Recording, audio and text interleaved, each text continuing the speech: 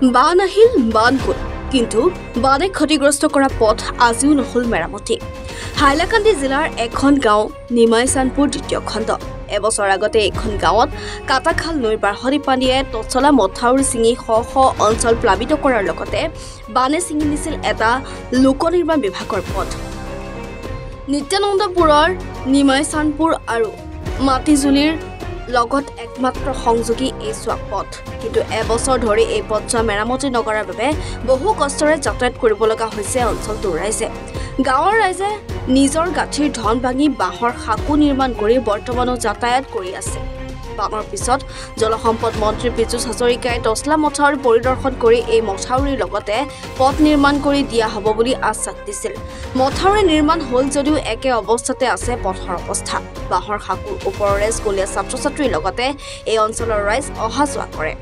পথটো মেৰামতি নকৰাৰ বাবে অসুস্থ লোকক চিকিৎসালয়লৈ যোৱাত বহু অসুবিধাৰ সন্মুখীন হয়। এতিয়া বাৰিষাৰ আগমনৰ আগেয়ে এই পথ মেৰামতি নকৰাত আতংকৰ সৃষ্টি হৈছে গাঁওবাসীৰ মাজত। অতি সোনকালে গাঁওবাসীৰ এই পথ মেৰামতি কৰাৰ দাবী হাইলাকান্দি জিলা প্রশাসনক। এখানেও মানে আমরা ফুল আসলো না, একটা বড় কালপাট আসলো এখান থেকে প্রায় 300 মিটার দূরে একটা মানে আছে বাঁধ আছে, তসলাখাল বাঁধ বলে, এটা নিমাইচানপুর পার্ট 2 তসলাখাল বাঁধ আসলো। বাঁধটা কিটা হয়েছে মানে গত বছর ভীষণ ফ্লাড যে হয়েছিল, ফ্লাডও লাগে ভাঙি গেছে গিয়া। ভাঙার ফলে জল ঢুকছে, জল ঢুকার ফলে মানে কিটা হয়েছে পরপর 3 বার আর কি 3 থেকে 4 বার ফ্লাডের জল ঢুকছে, ঢুকিয়া এই রাস্তাটা একদম মানে ভাঙি দিছে। রাস্তা ভাঙার পরে 1 বছর হয়ে গেছে গিয়া, আমরা মানুষে অনেক প্রতিবাদ করছি, সোশ্যাল মিডিয়ার মাধ্যমে অনেক ভিডিও আমরা দিছি।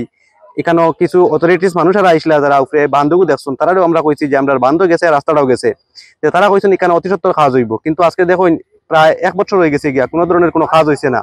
এখন শুকনার সময় গেছে গিয়া, এখন বর্ষার সময় আইছে, বর্ষার সময় কি কাজ করা সম্ভব? এটা তো কোনো ধরনের সম্ভব না। আপনি দেখছেন প্রায় 20 মিটার আগে কতক্ষণ জায়গা খারাপ, এখানে কোনো ধরনের গাড়ি আবার কোনো চান্সেস নাই। এদিক থেকে গাড়ি আইতে পারে কিন্তু তারা চাইলে, কিন্তু কোনো ধরনের কোনো চাওয়া হয়েছে না, কোনো কাজ হয়েছে না। আজকে 1 বছর হয়ে গেছে, এখন তোলা ফেলাইলে আছে।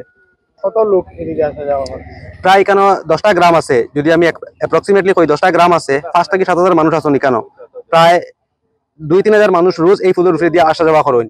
এছাড়া যে এখানে একটা স্কুল আছে নিমাইচানপুর হাই স্কুল, একটা মিলন বাজার আছে। এছাড়া এদিকে 2 কিলোমিটার আগে গেলে একটা নিত্যানন্দপুর স্বাস্থ্য কেন্দ্র আছে।